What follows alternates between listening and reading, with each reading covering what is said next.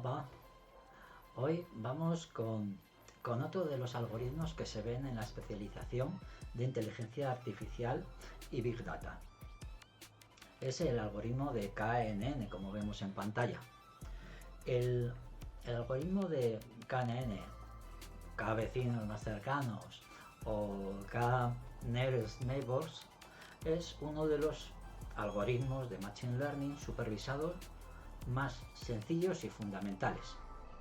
Su funcionamiento es muy intuitivo, ya que se basa en esa premisa, como vemos en la imagen, de que los datos o los puntos de datos similares van a estar cerca unos de otros. A continuación vamos a verlo intentando no tocar ni clustering, ni distancias, ni su uso en modelos, porque en el fondo es una cosa que ya habrá tiempo de verlo en práctica, de paso a paso para que podáis comprenderlo. KNN, como decimos, es un algoritmo de aprendizaje perezoso, un lazy learning, lo que significa que no construye el modelo durante la fase de entrenamiento.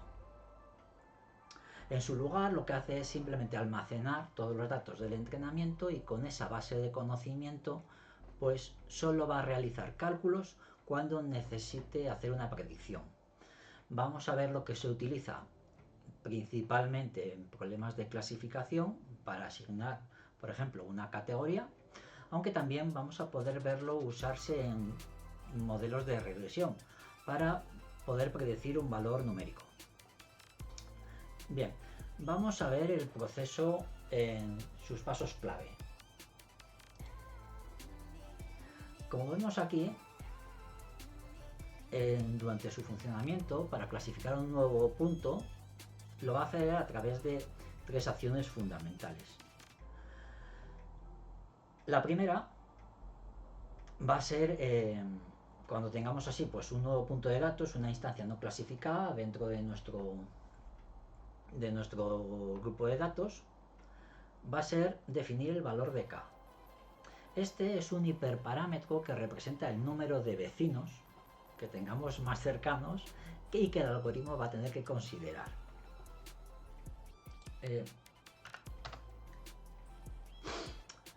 Aquí hay que tener en cuenta que va a variar mucho el impacto del valor de K según sea un valor pequeño, por ejemplo un valor de 1, que podría hacer que el modelo sea muy sensible al ruido y que pueda resultar en un sobreajuste, un overfitting.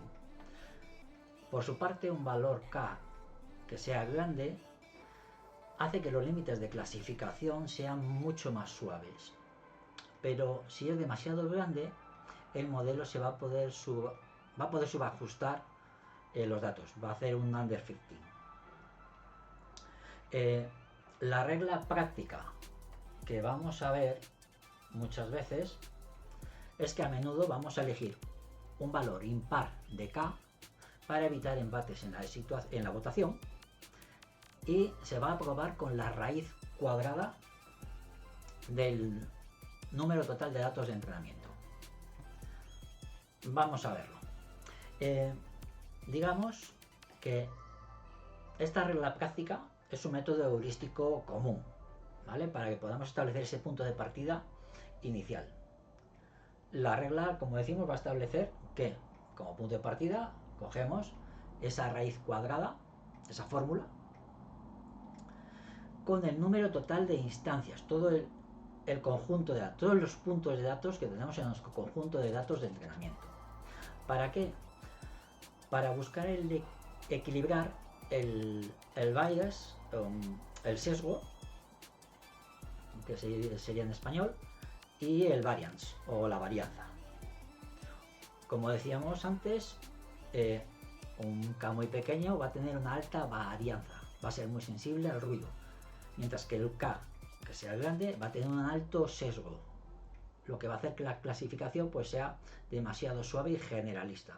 La raíz cuadrada entonces lo que va a intentar es encontrar ese valor intermedio razonable, ¿vale? Además, como decimos, va a tener preferencia por números impares cuando hagamos esa raíz cuadrada. Siempre se va a recomendar elegir un valor de k que sea impar.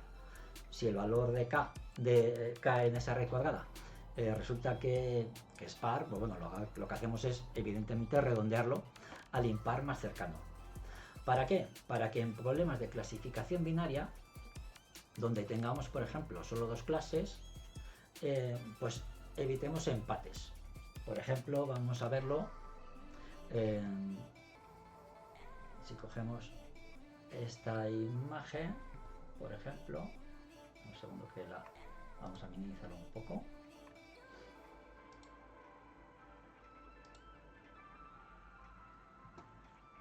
Un momento.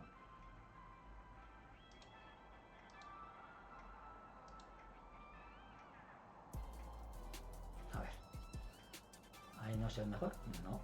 ¿Por qué no la...? Ah, claro. Ahí la estoy poniendo.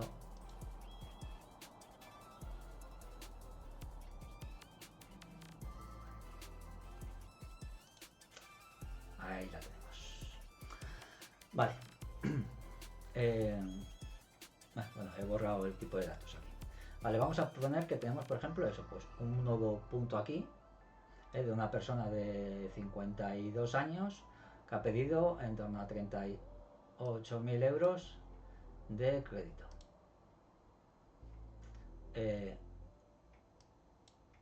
Si cogemos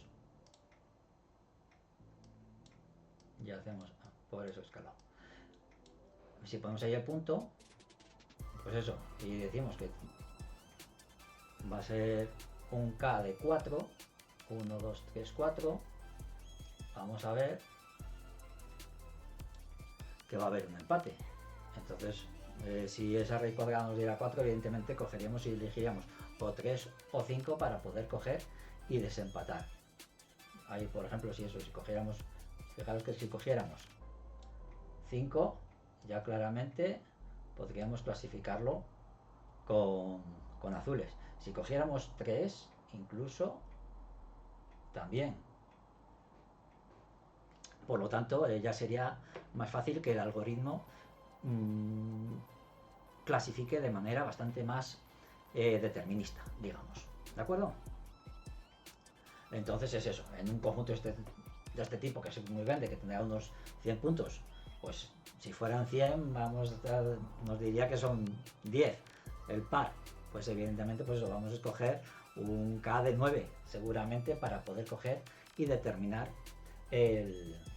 la clasificación de este cliente en este caso, que al ser azul, pues, bueno, pues sería que podrá pagar el crédito, ¿verdad? Vale, seguimos con ello. Decíamos que el siguiente punto es calcular la distancia. Para esto es más importante, digamos, en ejemplos de clustering, para agrupar clases similares. Cuando hay multidimensionalidad, por ejemplo, también. Aún así, bueno, lo vamos a ver muy por encima, porque tengamos ahí una mínima toma de contacto. Vale, para una nueva instancia, digamos, en estos casos de uso, el algoritmo, lo que, como decíamos, va a calcular la distancia, todos los puntos del conjunto de datos. Vale, y a partir de ahí vamos a poder utilizar, ya sea, por ejemplo, distancia euclidiana o distancia Manhattan, que son las más comunes. Hay más, pero digamos que estas son las que más se utilizan. Como vemos aquí en la pantalla, la distancia euclidiana es la línea recta entre dos puntos. Y por tanto, casi que muchas veces por sentido común, la más utilizada. Luego tenemos también lo que decimos, que depende también de para qué lo vayamos a usar, tenemos la distancia Manhattan, que es esa suma de diferencias absolutas. ¿Vale? También es conocida como distancia L1, que a lo mejor lo habéis leído por ahí. Geometría del taxista. City block distance. Pero bueno, al final lo que hace es eso, es calcular la distancia entre dos puntos sumando las diferencias absolutas de sus coordenadas, ¿vale? Las diferencias que iríamos tomando aquí, a lo largo de cada dimensión. Su nombre proviene, pues eso, pues de esa especie de cuadrícula de calles, en este caso de Manhattan. No vamos a profundizar mucho, o casi nada, para no hacerlo más complejo. Pero bueno, pensemos, por ejemplo, que tenemos... vamos a volver con la imagen para tenerlo ahí. Pensemos, por ejemplo, que tenemos un punto. Más que nada porque tengo aquí ese boli. Un punto A que sea, perdón, que sea 2 en el eje X, 3 en el eje Y y un punto B que sea, por ejemplo, yo que sé, 5 y 7. 5 para el eje X y 7 para el punto Y.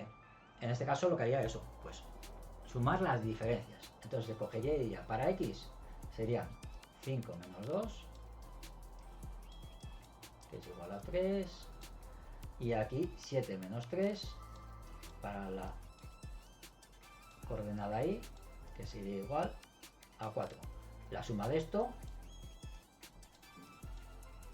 es... Uy, perdón, que no lo estáis viendo en pantalla, así que la voy a mover un poco. Ahora, así lo podéis ver, ¿vale? Que lo estaba haciendo fuera de pantalla. Va a ser 7. Por lo tanto, la distancia que decíamos en este caso para una Manhattan, pues sería un valor de 7, un K7 en este caso. Como digo, es muy generalista, muy por encima, pero es un poco más que nada para eso, para que no tengáis pues esa especie de cuentas extrañas, por decirlo de manera, de cúmulo de datos, las fórmulas y demás. En su momento ya se trabajará. Bien, seguimos. Volvemos a la otra diapo y como vemos lo siguiente entonces ya es votar la mayoría para clasificar. ¿Vale? Entre esos vecinos seleccionados, el algoritmo lo que hace es contar cuántos puntos pertenecen a cada clase o categoría y según eso, pues decide y clasifica. ¿Vale? Como veíamos en la imagen, según eso, voy a hacer una cosa. Vamos a quitar datos de aquí.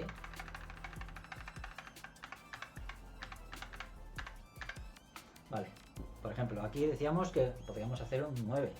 Pues oye, pues si cogemos y decimos por distancia corta 1, 2, 3, 4, 5, 6, 7, 8, 9. Seguramente vamos a estar hablando de esto. Vamos a poder clasificar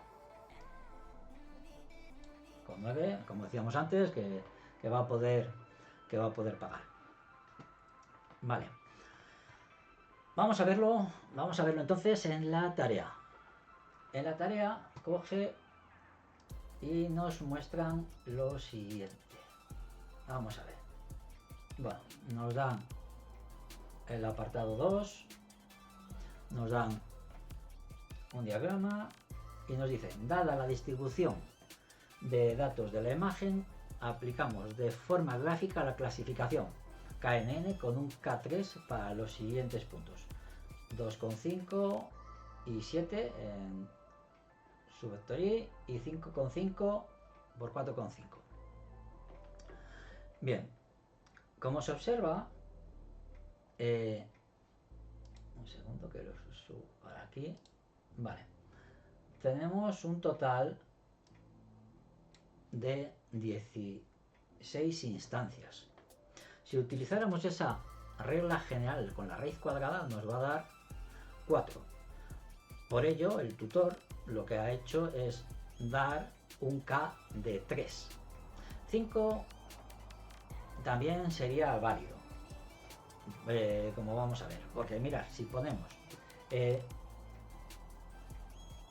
un segundo que vamos a hacer una cosa, vamos a verlo desde ScaliDraw, que la web de scalidraw.com para estas cosas siempre nos funciona muy bien. Vamos a coger y vamos a decir que Un segundo.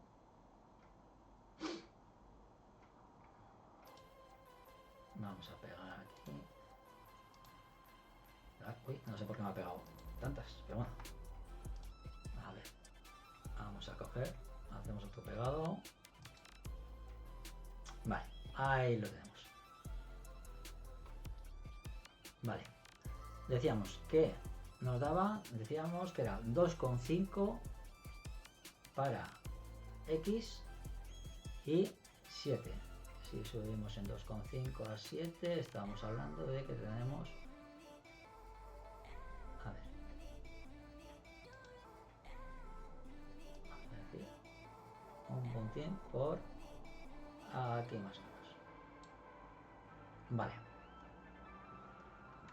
Control V, vamos a ver. Y en el otro caso estamos hablando de 5,5, 5,5 y 4,5. Tenemos 4 aquí, por lo que 4,5 estamos hablando más o menos por ahí. Bien, lo que decíamos. Como vemos, los más cercanos, aquí estamos hablando de que más o menos estaremos hablando de estos 3 puntos. Por lo tanto, aquí tendremos una clasificación verde y aquí tendríamos 3 puntos con una clasificación verde.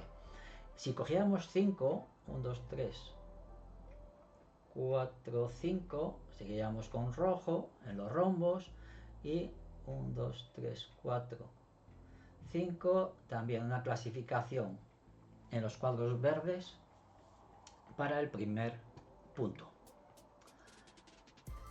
Por lo tanto, los dos no serían válidos para ese caso. Pero bueno, aquí solo nos pide la representación gráfica, con ponernos aquí, nos llega. Podemos coger y hacer un pequeño círculo si queremos o algo así para dejárselo remarcado, que un P3